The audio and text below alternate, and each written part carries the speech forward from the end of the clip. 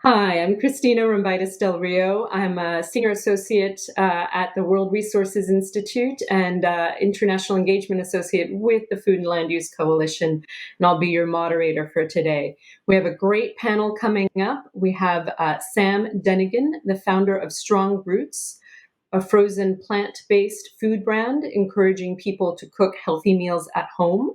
We have Professor Lam Hongming from the School of Life Sciences at the Chinese University of Hong Kong.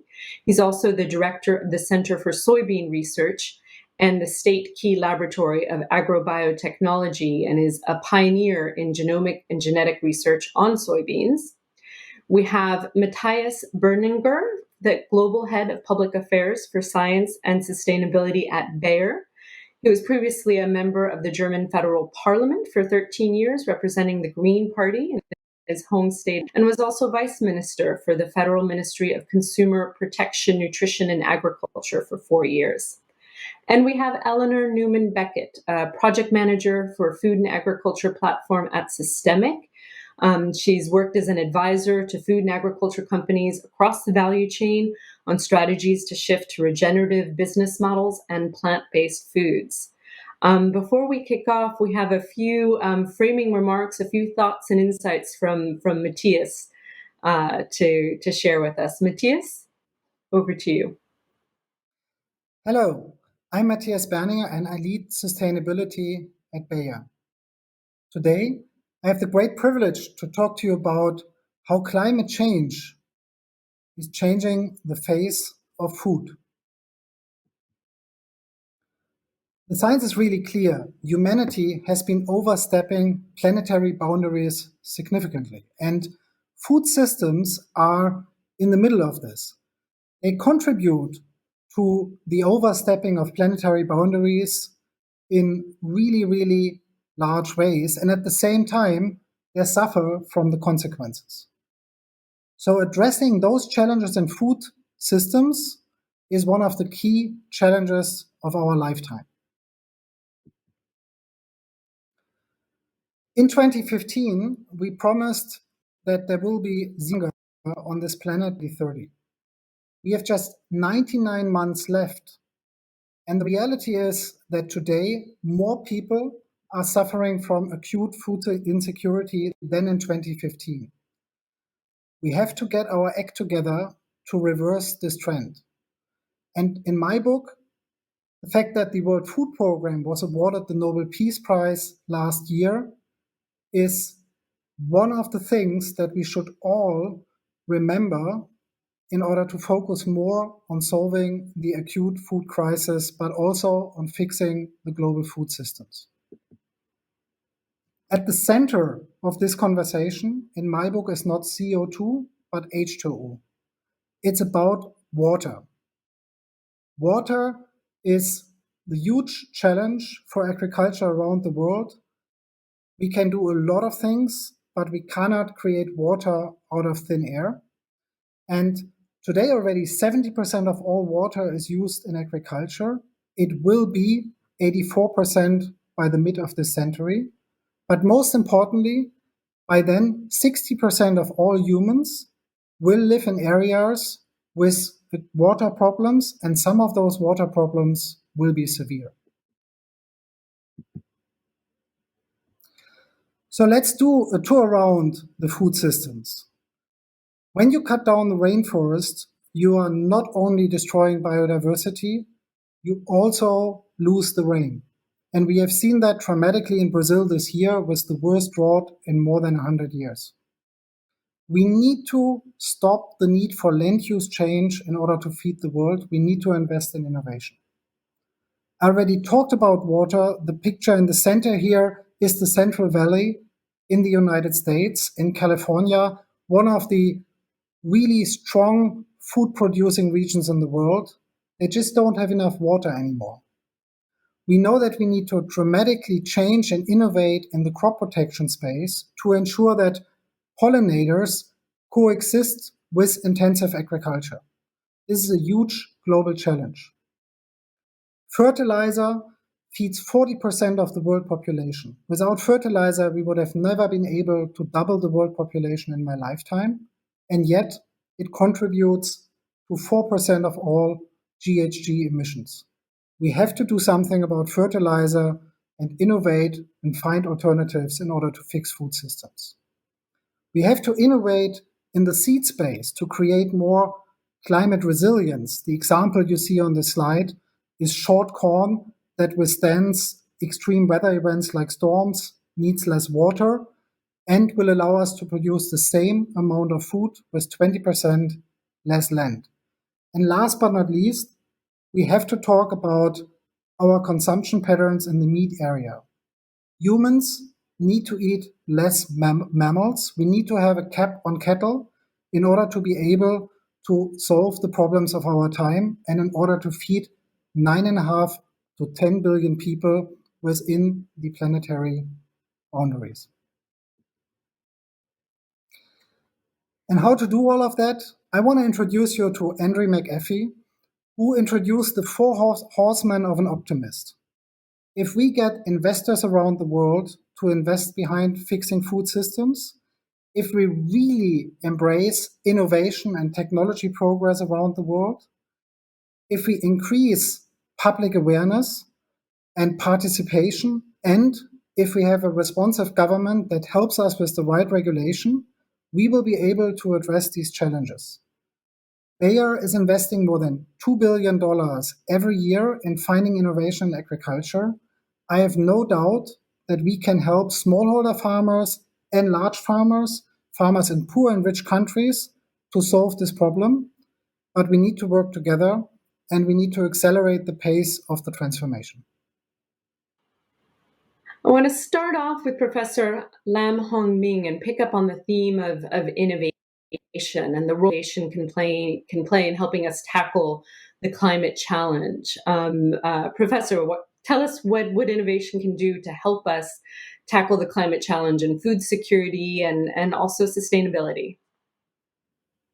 Thank you for your questions. So for climate change, you will have to face higher temperature, reduce the water supply, increase the incidence of pest or pathogen attack. So one obvious solution is to create new crops that can handle these climate change related incidents. So we call this somehow climate smart agriculture. But I would like to point out that this is for long-term solution. But for short term, when you have a drastic climate and drastic weather, you will end up to lose all the yield for the farmers, especially for those smallholder farmers. And technology may not be able to help for a short-term drastic climate change. Thank you, Professor. Matthias, I want to address the same question to you. How do you see the role of innovation and particularly dealing with the issue of smallholder farmers? I think that we need to dramatically increase the focus on smallholder farmers. We need to provide them access to seeds. We have seen record food inflation for food imports in the poorest countries of the world. That is money that can't be invested in education, in renewable energy, in other development topics. And in order to free up those resources, smallholders, especially in Africa, Southeast Asia, need to get access to the same innovation breakthroughs that farmers in other parts of the world take not for granted, but enjoy to use in order to fight climate change. So radical focus, there are 400, 500 million smallholders out there, and we all need to work together on give them the necessary tools to fight the climate change challenges and nurture communities that would otherwise suffer in a double whammy, because resources would just go out of the countries and not really help them. Mm-hmm. And what's the role of business in supporting that?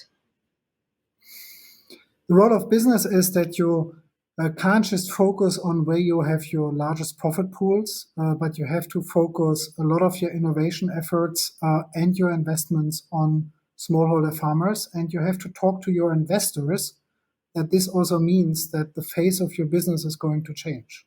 So we can't have it all. We can't have huge margin demands and at the same time kind of complain that we are not focusing on the smallholders. And these are the kind of discussions that we are having with our investors on a weekly basis. Oh, fantastic. Great to hear that. I mean, one of the elephants in the room, as it were, with climate change is the greenhouse gas emissions that are associated with meat consumption. So, Eleanor, I want to turn to you because your bio says you've been working to advise on reducing consumption of meat and dairy as a way to tackle impacts. Tell us a little bit more on how you're doing that and why. Thanks. So there are two really important reasons why we need to reduce animal protein consumption. One is deforestation. If we look at Brazil, for example, at the moment, about 2/3 of deforestation in Brazil is being driven by beef and soy. And it's not soy that's primarily going into your vegan frappuccino with soy milk or a soy burger, because about 75 to 80% of soy is actually grown for animal feed. And if we look at how agricultural land breaks down, about 4/5 of it right now is used for livestock. So in order to end deforestation, we need to reduce the pressure on land, which means reducing consumption of the most land-intensive forms of food. And the second really important reason is methane. So all of the pathways to achieving 1.5 degrees of warming include significant reductions in methane emissions. The US and the EU just committed to reduce methane emissions 30% by 2030. And about 30% of global methane emissions come from livestock. And that's primarily from cows burping and releasing methane. So it's quite hard to see how we can tackle these problems without not just focusing on how we produce meat. And there are many, many important ways of using innovation to make meat and dairy production less intensive, but also look at reducing how much of it we eat in the parts of the world where it's overconsumed. And does that mean we all have to become vegan, though? Is that what you're suggesting? Not at all. And I think we need to move past a kind of a polarization of this debate. First of all, there are lots of populations who don't eat enough meat and dairy and actually need to eat more to meet their kind of nutrition needs. And in the parts of the world where we overconsume meat and dairy, it doesn't mean people coming to a vegan diet. It means people moving to a plant-rich diet where they're significantly reducing meat and dairy consumption. So in the US, Europe, and Latin America, red meat consumption is about 3 to 6 times above healthy levels. And it's also causing health problems as well as contributing to the climate crisis.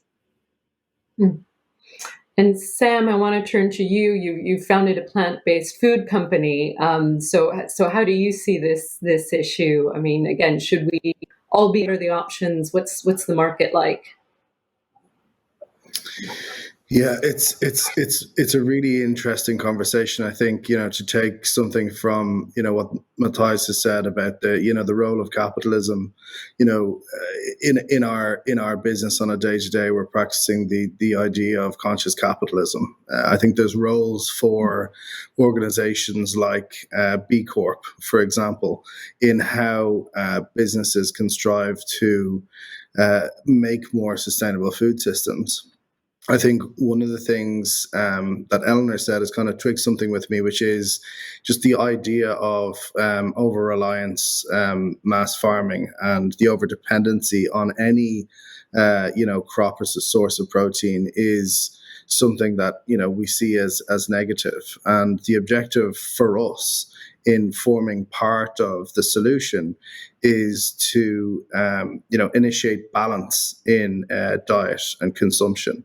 The more balance there is in diet and consumption, with a definite bias towards plant-based foods, the better things can become. we exist as a company as a gateway for plant-based consumption, which is, I suppose, non-judgmental and a very easy migration from other vegetable salads and veg forward items that are on the market.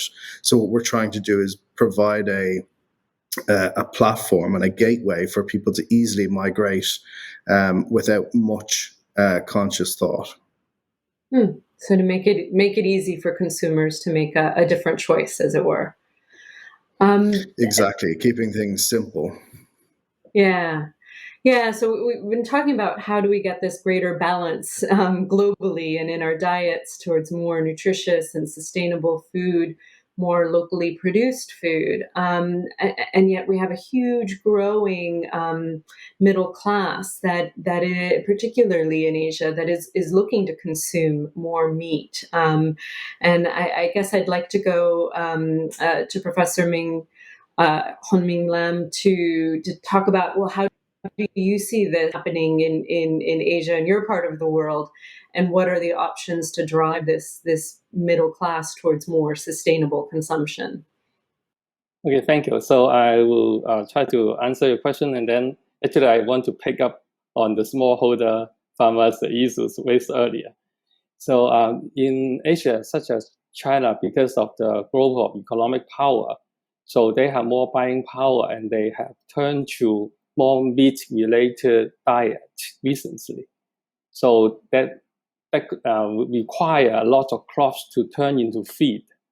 And that is actually the most of the demand of China's crop is for feeding, not only for food. But recently, there are also some movement of less meat for better health and also environmental concerns to reduce meat. So I believe that for the middle class, when they grow, they will have concerns about the environment and health, and they will tend to reduce the heavy meat diets by changing their style. That is some trends going on in China I can see.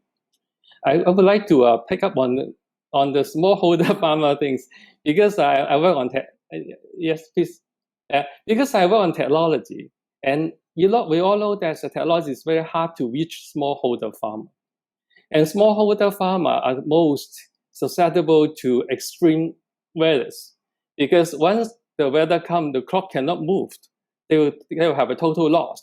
So even though you may have the technology, it may not help them immediately. If they have a total loss, they have difficulty in living.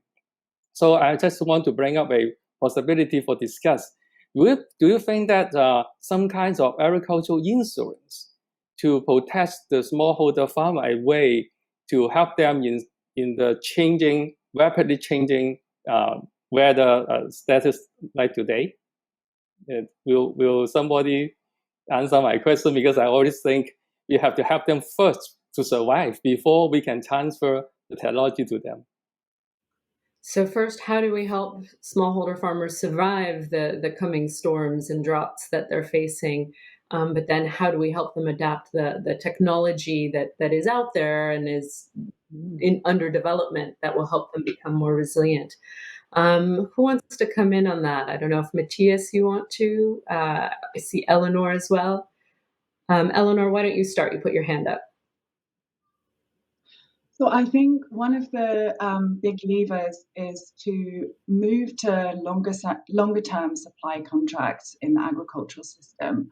At the moment, one of the challenges is that smallholder farmers often bear the majority of the risks, not just from climate impacts now, but also the risks in transitioning to more sustainable forms of agriculture, which might require different forms of technology, for example. So the problem is that right now, so many food supply contracts are on a very short-term basis. And that means that farmers don't necessarily have the security they need to access credit, to take out loans to help protect them against the risk. And so I think one of the biggest things that some of the big food companies can do is work to figure out how they can do that. And Danone is a good example of a company that's really pioneered this approach, working with dairy farmers. to move to much longer supply chain contracts that then help those farmers make the investments they need to make in transitioning their dairy farms to become more sustainable.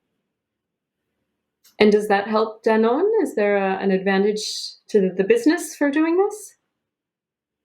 And yeah, it links to this bigger challenge, which is how you tie these investments at a farm level into the kind of long-term value of your company. Mm-hmm. So there is a long-term value for companies to kind of reap from these investments, but it depends in turn on how they're accounting for different climate risks on a longer-term time horizon. And I think a challenge is that many companies are finding it hard to account for those risks over the long term and finding it hard to engage investors in how to account for those risks over the long term. Great. Thanks for that concrete example. We do want to get into specifics and tangible solutions here. I just want to see if there's any other thoughts that anyone wants to share on the issue of smallholder farmers and again supporting them to be more resilient, more sustainable, and productive. Christina, from my end, we need to leverage digital technology that allows us to predict weather events or other challenges in support of smallholder farmers. We had the desert locust crisis in East Africa.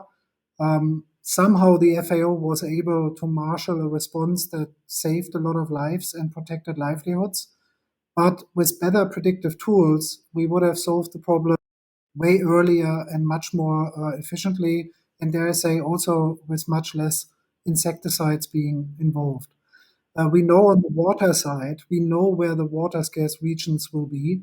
So helping to transition now, for example, to dry seeded rice in many regions in India where the water levels, groundwater levels will go down to a point where it won't work anymore, is something we need to do. It requires collaboration of governments, of innovators, and of business to do that. But we know where certain problems will be in 5 years, and we have to help these smallholders before they face the problem that they can't escape anymore. Another good example is the fall armyworm, which is a challenge in first Latin America, move to Africa, move to Southeast Asia. It's devastating. How can we help smallholders to deal with these kind of climate-related insects, pests, and diseases that they're currently completely unprotected against? Yeah, absolutely. And of course, digital technology can play a role in getting messages to farmers as the technology is getting out there and becoming more affordable. One thing I'd like to say though is what I've observed is, for example, with drone technology in the smallholder space, the adoption rate in Southeast Asia, even in Africa, is amazing. So they're adopting this much faster, like they adopted cell phones much faster than in the traditional agricultural markets of the North.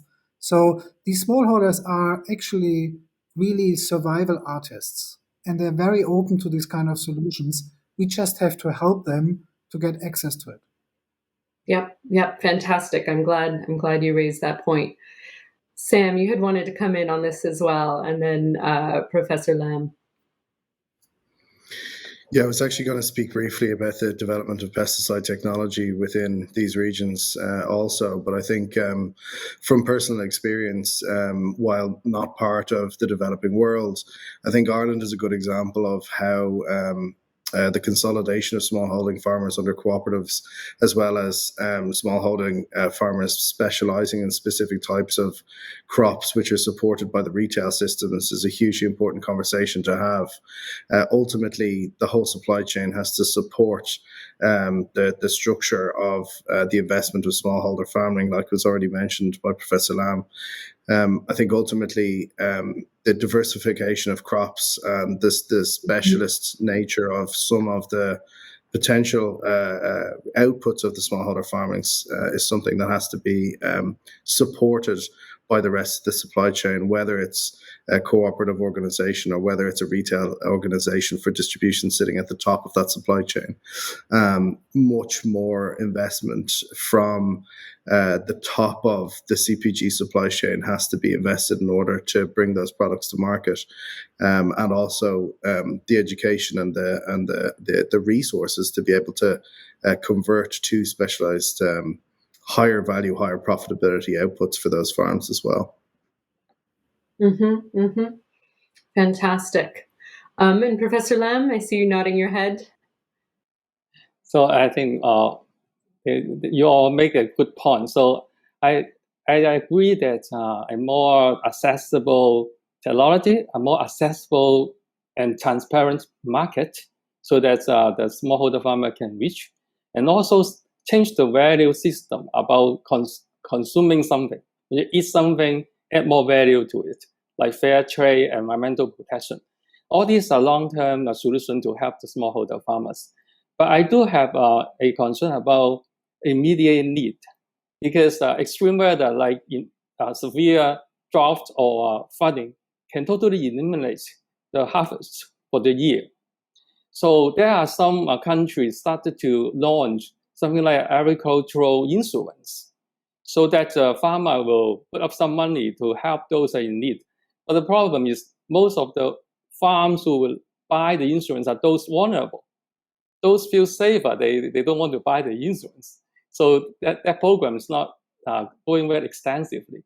But I guess this is one way to help them. But I want to seek the opinions from the experts here to see whether there's some kind of an insurance program, either by the country or by a union of the farmers, could help the smallholder farmer to go through the really hard time. Absolutely. So insurance and risk transfer is a critical tool, but how do we make it cheaper so that smallholders can access it and make use of it, or make it more accessible? Maybe it doesn't necessarily need to be cheaper. Any thoughts on that? Any good examples to share? Just to build on that, I also think we need to applaud governments that are bold and support innovation. Kenya, for example, introduced and approved RNAi technology to make cassava more resilient against climate change. We have this unity with the biorevolution to bring some technical solutions to replacing fertilizer, or to have more resilient seeds that need less chemistry, for example, in order to be protected. And these kind of innovations, just to build on what Eleanor has said, are an important component as well. We have to feed 9 to 10 billion people. We have done it before. We doubled the world population, but not the land being used for it. But this time we need to do it whilst respecting planetary boundaries. And without innovation, that won't happen. And you mentioned the role of government there, Matthias. I'd like to pick up on that and talk a little bit about how can government help not only smallholder farmers become more resilient, but also how do we enact the sustainability measures that we've been talking about are necessary for climate change, for food security, for nutritious diets. What is it that as businesses we'd like to see government do more of? Any thoughts on that? Eleanor, I'm going to put you on the spot. Yeah, thanks. What do you think government needs to be doing more of? So I think there's a big role for, first of all, governments strengthening and recognizing the role of agriculture and food systems in the nationally determined contributions which they make as part of the international climate change negotiations. I think in recent years, we've seen a lot of progress in governments recognizing more and more the role of agriculture, but in the areas of dietary shift and also food waste, there's still not nearly as much focus as there could be from governments in promoting these. As an example, I think Denmark is one of the only countries who have updated their national dietary guidelines in line with the latest science on the role of animal protein in the diet. And the second thing I think is really important is figuring out the kind of just transition for farmers to move from change in their practices, but also change in their industries. So all over the world, there are examples of really kind of sustainable alternative business models for smallholders and for meat farmers. There's a great project in Para state of Brazil that's a kind of multi-stakeholder project run by Partnerships for Forests, which is helping smallholder cattle beef farmers in Brazil diversify into cocoa agroforestry systems. And in fact, those systems end up being much more profitable for farmers in the longer term. So governments really need to get their head around what are the transition pathways and how are they going to support whole industries to transition to more sustainable forms of production, and also to diversify production away from a few big kind of monocrops and focus industries into a more diverse plant-based production system. We need to applaud governments that are bold and support innovation. Kenya, for example, introduced and approved RNAi technology to make cassava more resilient against climate change. We have this unity with the biorevolution to bring some technical solutions to replacing fertilizer, or to have more resilient seeds that need less chemistry, for example, in order to be protected. And these kind of innovations, just to build on what Eleanor has said, are an important component as well. We have to feed 9 to 10 billion people. We have done it before. We doubled the world population, but not the land being used for it. But this time we need to do it whilst respecting planetary boundaries. And without innovation, that won't happen. Coming back to the theme of innovation again, I know, Hongming, you wanted to come in on the point on government, the role of government. Oh, actually, I want to come in for the point related to environmental conservation, because you need to have a better farming practice, a better technology, so that while we are expanding our agriculture, we can also protect our environment.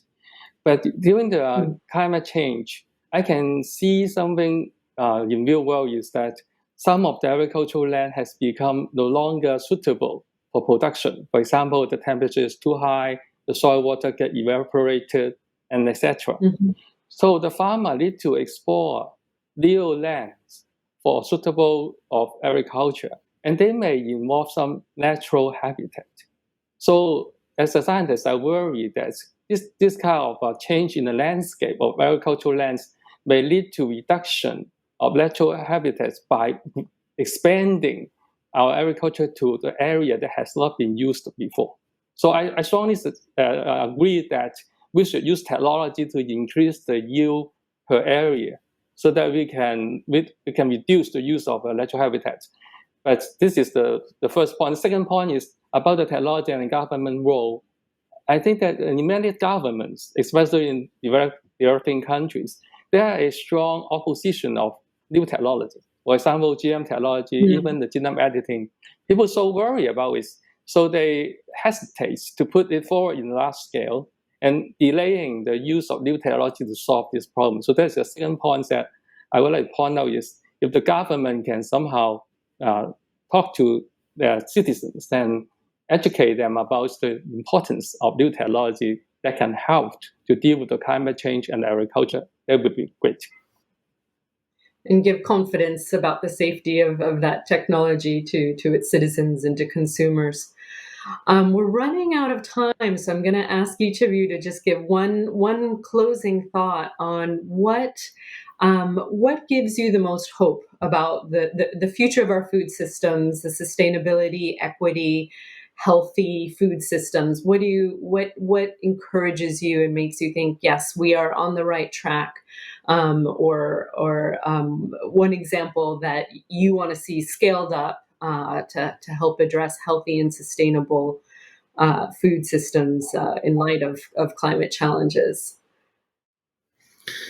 Sure. I think from my part of the industry, I think one of the most exciting and hopeful changes that we can see on a day-to-day basis is the power of the consumer, and the power of the consumer is changing education to understand and respect the potential of plant-based consumption. We started a business 6 years ago, a plant-based food company 6 years ago, and from very very small beginnings, we're now, with great connectivity, starting to globalize the brand. And I'm happy to say, on the basis of consumer pull as opposed to a push onto the industry with vast amounts of marketing expenditure, etc., there is a demand that there hasn't been before, and it's ever increasing. So that makes us very hopeful, not from just one part of the world as well. It's coming from various different places at all times. And ultimately will hopefully lead to a constant increase in the education about the benefits of plant-based consumption. Mm-hmm. Fantastic. Hongming, I'm going to go to you next. What's giving you hope and encouragement? Okay, so at first I can see that in the next generations, they want to be a more responsible consumer. So not just consuming for their own benefits, but also helping the environment and helping the justice. I can see that this trend grows even in developing countries. So that's a good sign. So I think for the government, for example, in China, so in the past, the production yield is the number one issue. But now in the national plan, they also add the environment issue in addition to increasing the yield. A balance between the sustainability, a good environment, and the productivity of agriculture has become on the agenda of the national level. So I think that is good. And then the third thing is, I can see that many people from different countries are a lot more willing to work together, because it's a question for all of us. We cannot solve it by one country or one group of people, and we can work together. And as I can see, all the experts here are willing to do something for the sustainable agriculture under the climate change. Thank you. Thank you so much. Some great messages there. Eleanor, over to you. What's giving you hope and encouragement? So one of the things that gives me hope is, I think you could be forgiven for assuming that the impacts of the COVID pandemic, which have had, disastrous consequences, not just from its direct health impacts, but also from many, many indirect impacts on the food system and on poverty, that people's focus and the focus of the food industry would kind of move away from some of the pressing environmental challenges. In fact, I think we've seen huge numbers of companies and consumers recognizing the interconnectedness of all of these issues and stepping up with even more ambitious action on climate and nature as well. So, for example, consumption of fair trade and organic products in the UK and the US and Europe has actually gone up over the last year, despite the impacts of the pandemic. So that gives me hope. Fantastic. Again, consumer behavior is changing. Matthias, I'll give the last word to you. Well, this year we have seen many governments in the world committing to decarbonize by 2050. So one of the huge problems, climate change, destroying livelihoods, hopefully we will slow down extreme weather events and all the other negative consequences. And the other source of hope for me is what we've seen in the pandemic. We have seen genomics, gene editing, artificial intelligence, and new frontier chemistry getting us to vaccines in less than 2 years. And the very same technology platforms will also help us in the agricultural space. And this innovation is just exciting me. Talking to the young scientists around the world who are doing amazing things, we just need to welcome their innovation with open arms. Fantastic. Again, we've heard so much about innovation, the promise of technology, new consumer behavior, new business models, and conscious capitalism. It really does give a lot to be hopeful for, in spite of some dire messages that we hear on the climate front, and also commitment from governments, commitment from businesses, partnerships. That's absolutely key. Thank you so much to our panelists for being here, for your fantastic insights today. Thank you also to our audience for joining. Please do join us for the next session, which will be starting shortly.